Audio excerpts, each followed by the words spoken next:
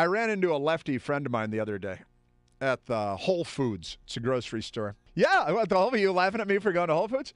Hey, Mike McKay's laughing at me for shopping for food at the Whole Foods. You can't get like normal stuff there. You can't get like a can of peas or a box of cereal. So you got to go to regular grocery stores.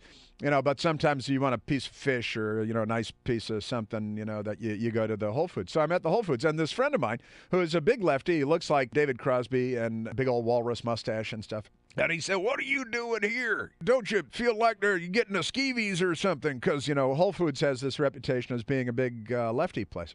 Liberals think that they own all these things that they know nothing about. And I said, "Didn't you hear the founder of Whole Foods has been a vocal opponent of Obamacare?" And he rolled his eyes. He didn't know this, of course. I mean, why would he know that? But it turns out the founder of this Whole Foods grocery store chain was asked a couple of years ago now, I think back in 2009, about what he thought about Obamacare. Big businessman, right? Turns out he's pretty libertarian.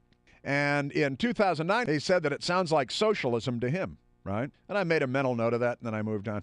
And recently he was on NPR, National Panhandler Radio, and Steve Inskeep was interviewing him. I used to work with Steve Inskeep over at the Pentagon.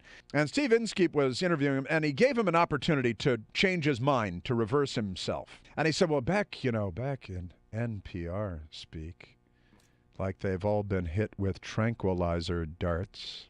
In 2009, you compared Obamacare to socialism. Do you still feel that way? He said, no, actually, I used to think it was more like socialism. Now I can see that it's really more like fascism.